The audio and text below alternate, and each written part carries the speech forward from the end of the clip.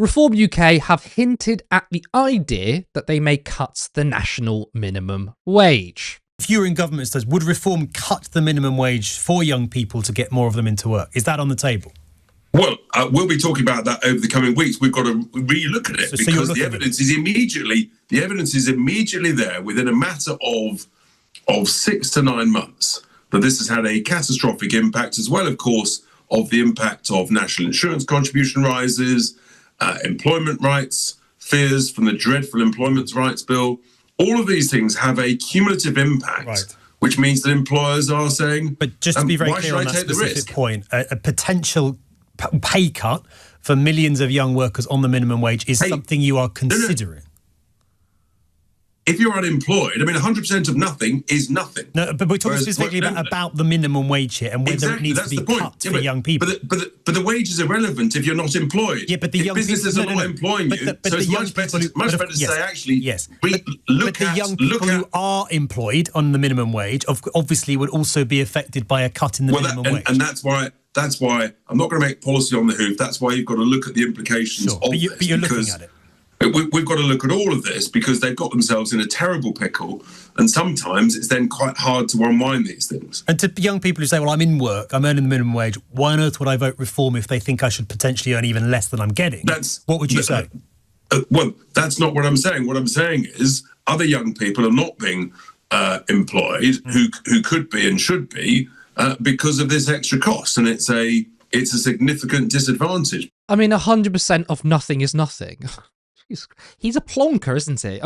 Yes, obviously, technically, if you're not working, then a wage cut will be nothing to you, but it's not the point, is it? Of course, if you're already working, you're cutting the minimum wage. And even if you're not working, you don't have a job, who would support cutting the minimum wage? Now, the current minimum wage, 21 and over is £12.21. Ages of 18 to 20, it's £10 an hour. But under 18s, it's £7.55. That's really low. And to be honest, look, we're nothing like the US. In America, the minimum wage is $7.25, I believe. And that hasn't gone up in 20 years. I'm very happy that for all our faults of this political system we live in, successive governments have at least raised the wages every single year. And £12.21, I don't think it's high enough. I think the minimum wage should be the living wage. It's probably around £15 an hour. But £12.21 isn't horrifically bad. £7.55, though, is very bad. So I think it's needing of an update. But the conversation around minimum wage has surfaced due to youth unemployment. So unemployment for those aged 16 to 25 rose to 16.1%. Now, if you look at the graph the BBC's provided, its unemployment for youth was 15%. That was in December 2020, around the sort of COVID period. After lockdown, you can see a real dip in unemployment. That makes sense. But over the years, you've seen it creep back up, and it's now at its highest for 10 years. So youth unemployment is a problem. But the Bank of England has once again suggested wages are too high. Some economists believe that easing pay growth could make the Bank of England more likely to cut interest rates at its next meeting in March. The bank uses interest rates as a tool to cool inflation, the rate at which prices rise, which is currently at 3.4%, above the 2% target set for by the government. Paul Dales, chief UK economist at Capital Economics, said the fall in wage growth supports the idea that the Bank of England has at least a couple more interest rate cuts in its locker. They are once again running on the assumption that wages are the cause of inflation, with the Bank of England suggesting wages are too high. When you do that, you just think people can never get ahead. And the problem with using only monetary policy to control inflation is that reducing it can also lead to unemployment as, of course, demand in the economy falls. And that is the big problem I have with classical macroeconomics, is that they are short-term fixes, which they may not even, fix the problem short-term anyway. Cutting wages to boost employment is a simplistic idea, as it ignores the fact that lower wages means less purchasing power, which in turn means people spend less and businesses cut jobs. It's a constant cat and mouse chase. But as of today, inflation has dropped. Inflation is down to 3% now. This is due to a fall in petrol, food, and airfares, which has contributed to the fall. And it's widely accepted that interest rates will be cut. So why the need for the minimum wage to be frozen or reduced? I mean, we should, in a way, view wages as a form of tax for businesses insofar that, of course, yes, reducing wages and cutting taxes is going to boost profits for businesses. Of course, that's going to happen, right?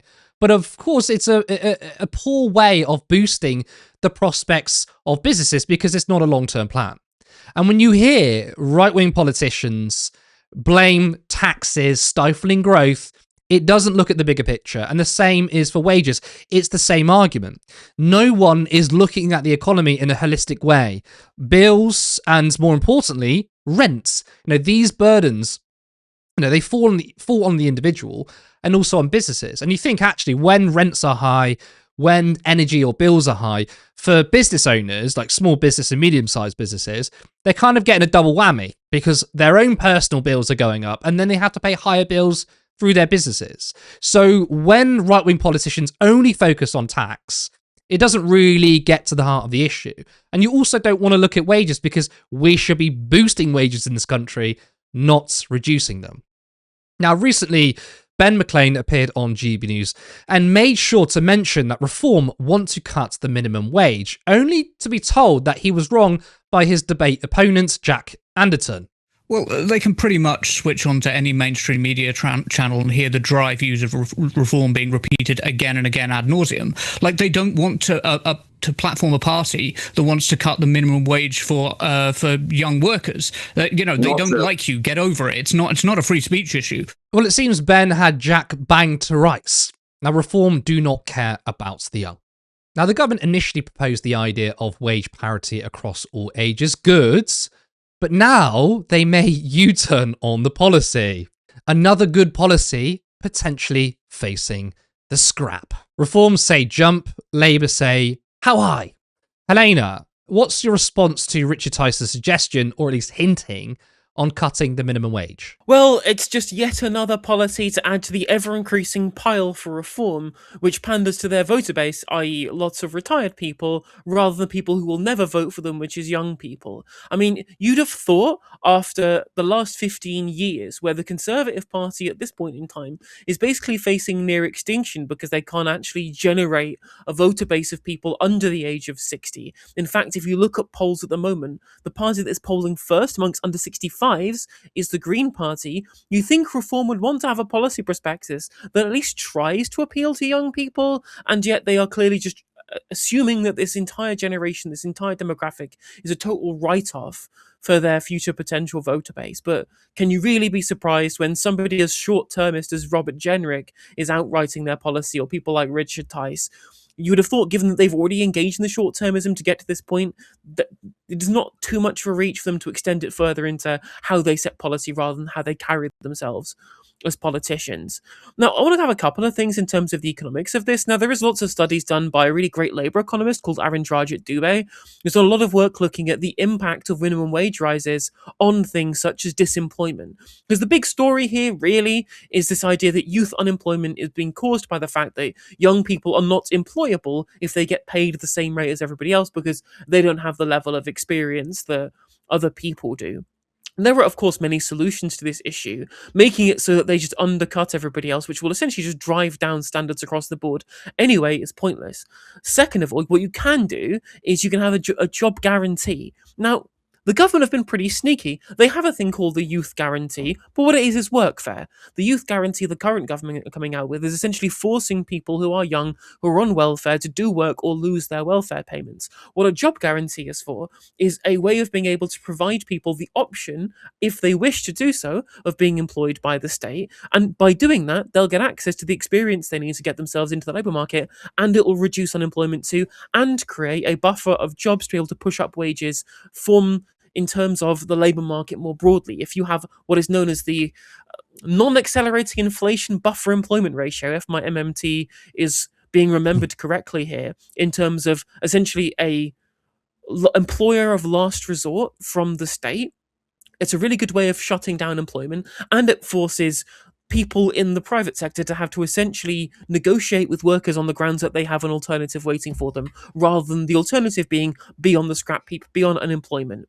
It puts the power back into hands of workers against employers, whilst filling a bunch of employment gaps that we might need in, for example, in construction, as well as giving them the training that a lot of people in the private sector don't want to do at time of recording, and makes them better equipped to be able to deal with the labour market later on when they go to try and work in the private sector again. That would be my personal solution to the youth unemployment issue, because whilst unemployment has slightly increased up to 5.2% recently for the entire population, and I think the increases on national insurance for employers probably does have at least somewhat to do with that if you look at kind of the supply demand curve, it is also worth pointing out we are on the other end of the business cycle. We are coming out of a hot economy. There's a reason why wages have been rising faster than inflation for the past 2 years, and that's because of the hot economy, given all the money that's been put in post-pandemic. That's tailing off now, and as the business cycle will demand, that means that once the inflationary period ends, the wage rises will also end and unemployment will increase. That's what is happening right now. It has nothing necessarily to do with party policy. But when it comes to youth unemployment, I think we're seeing real problems in terms of hiring in this country, real problems in terms of skills shortages for young people too, because the government isn't taking an active role in shaping the skills that they're offering to young people to make them adaptable for a modern labour market. And those problems can be solved through state intervention. We do not need to start cutting people's wages to make them more easily employable by the private sector. And by employable, I mean exploitable. Because if you're paying somebody below what is currently a living wage, then you're essentially saying you don't work hard enough to deserve getting paid enough to survive. And no employer should be in the position where they're allowed to do that.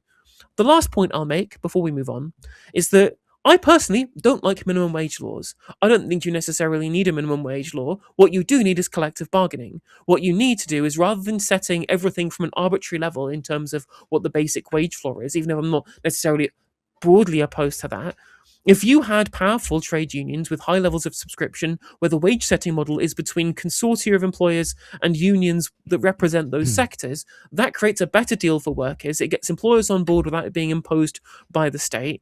And it's more of a way of empowering workers to make those decisions themselves, and leads to better economies with better levels of employment, as we're seeing in countries like Denmark and Sweden and Norway. Denmark itself has 10 points higher labour force participation than we do, despite the fact their average wage is higher.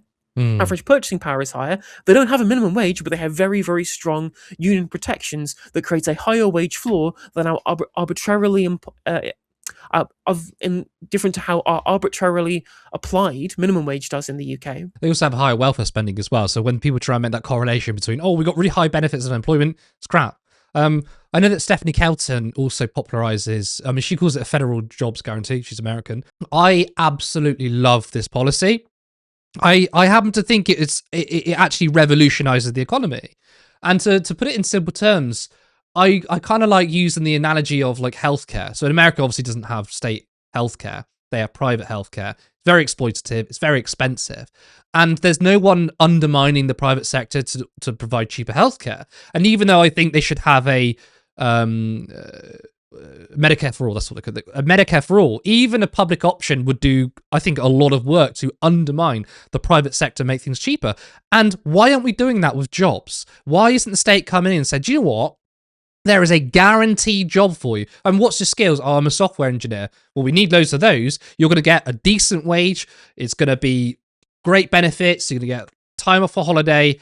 And then the private sector are going to be like, well, we need people. We're going to try and bid up labor. And now we're bidding down. So I absolutely love that. I think it's a policy that all socialists or even social democrats should support. You're a Green Party member. Is there anything like that in the Green Manifesto? Or has there been discussions around that? I'm not aware so far. I'll have to check out the current prioritization ballot coming up for Green Party Spring Conference. If you're a member and you've not done your prioritization, that's your reminder to do that. As for what it looks like in terms of policy, I am not well read up enough on a bunch of our labour market policy to know. But if it's not, it certainly should be.